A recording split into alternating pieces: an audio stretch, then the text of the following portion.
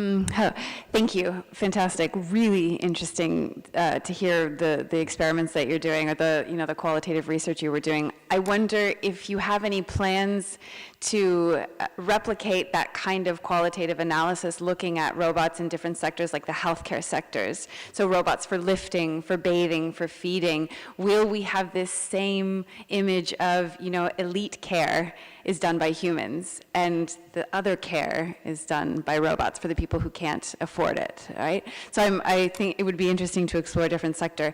And then one small pushback on one of the later slides, you had a list of questions at the end. One of those was, can we trust the machines? And I would push back and say, is it really about trusting the machines, or is it about trusting the people making and implementing and regulating the machines?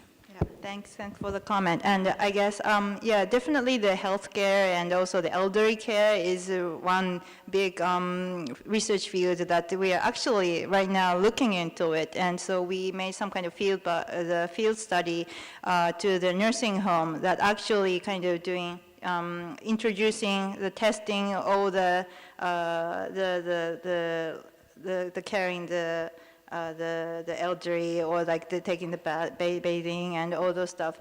But yeah, it's sometimes really difficult, because the problem we see is not typically about the relations between the machine, introducing the new machine, but the concept of care. And so it's sometimes, as a sociologist, difficult to consider whether this is specific problems related to the artificial intelligence or robotics, or whether it is the kind of the typical problem of the caring, and sometimes also, what we, as the methodological perspective, we see the problematic is that when we go to the field study and when we see the elderly taken care by the robots, or like using, playing with like a Paro or the Aibo, they tend to be kind of like a showy. So we can't see the actual, whether they are actually using the kind of robots in daily life. So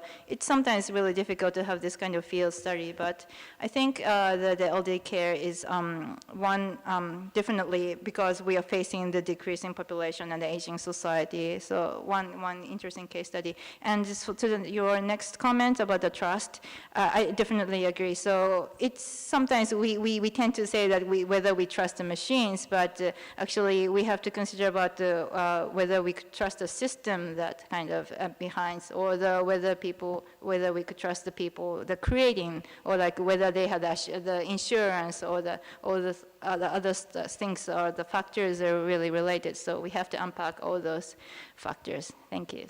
Okay, Henrik Sisa.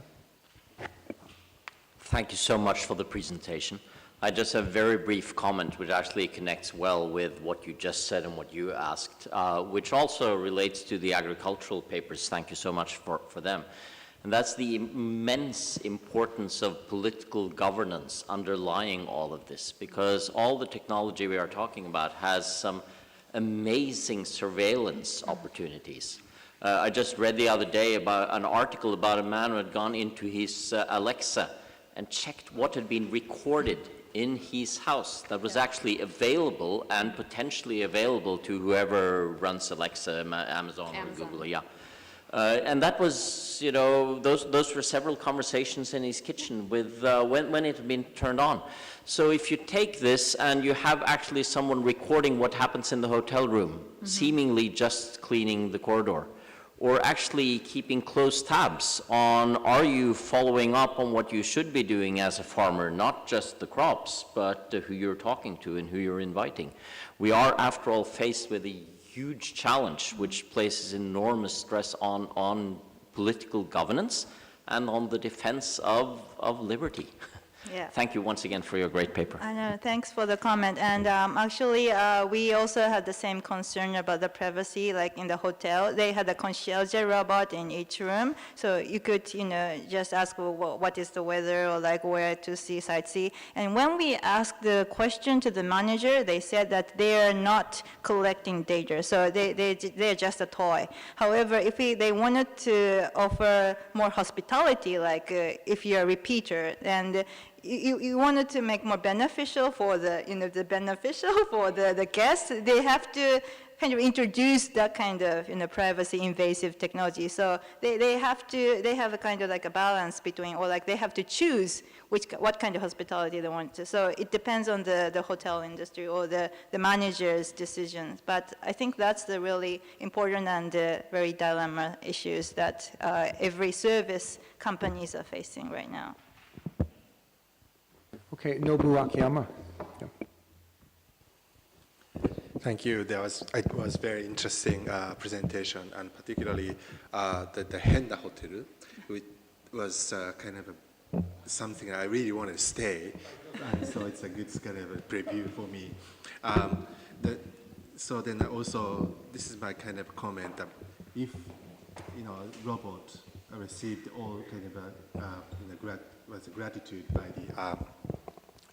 the guests, and the human beings just received all complaints from the guests. What are the kind of, the incentive for the workers, the human workers to work there?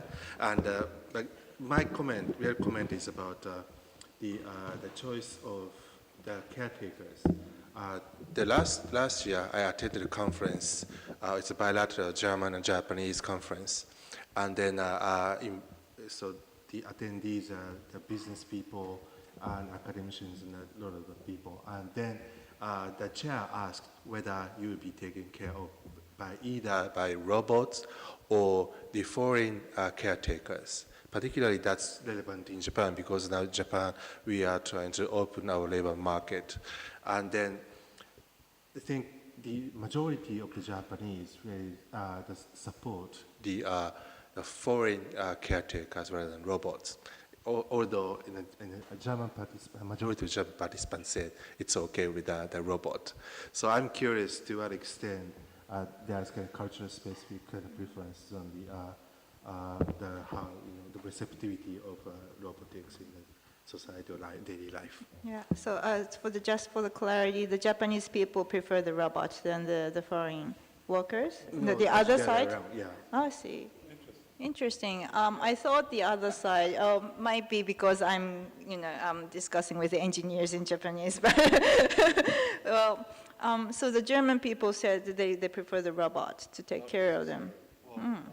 Not the. More precisely, they don't mind. They don't mind whether it is. I see. Yeah. But I guess there's some kind of cultural differences, or like so sometimes. It's really interesting to see when you talk about like the nursing, but also when we consider about like education, like whether you wanted to take care, your kids will be taken care by the robots, or whether your parents would taken care by the robots. Which do you think, or which do you admire a lot? So I think the cultural differences, but also like the contextual differences, may be more bigger, and also it depends on like what kind of task they wanted to ask for the robots. For example, some say that the conversation robot would be more, they prefer the robot because they don't, they could talk in the midnight, or whether they wanted to talk. So they don't, let other, bother the human workers at any time, especially you have kind of Alzheimer's diseases or other kind of thing. And also some people said that because of like kind of the privacy or the human dignity issues, sometimes going to the bathroom or like taking care of the dirty work, they prefer to be done by the robot. But on the other side, some say that kind of thing should be done by the human being. So it really depends on the person's experience or the value that they consider. So I don't think there is a straightforward answer to that question, but we have to look into the cases, and that's where like social scientists or the ethicists or the other people from the not engineers could contribute. Two more questions pending. Gilles Dawick? That's so you pass? Okay, you're welcome. Thank you. Thank you for your presentation, also to the agriculturalists. Maybe my question is more directed towards them. I'm a bit concerned if we debate robotics case by case, sector by sector, hotel, hospital, and so on. And I wonder what should be national policies, national strategies, national policies. Maximo, if I may put you on the spot, what is FAO's suggestion to, say, a developing country, how they should design their policies in that direction? You were at the World Bank and you were involved in overarching issues there. Last year they published their big report. Or if I may turn to you, what is Japan's overarching policies towards usefully guiding robotics?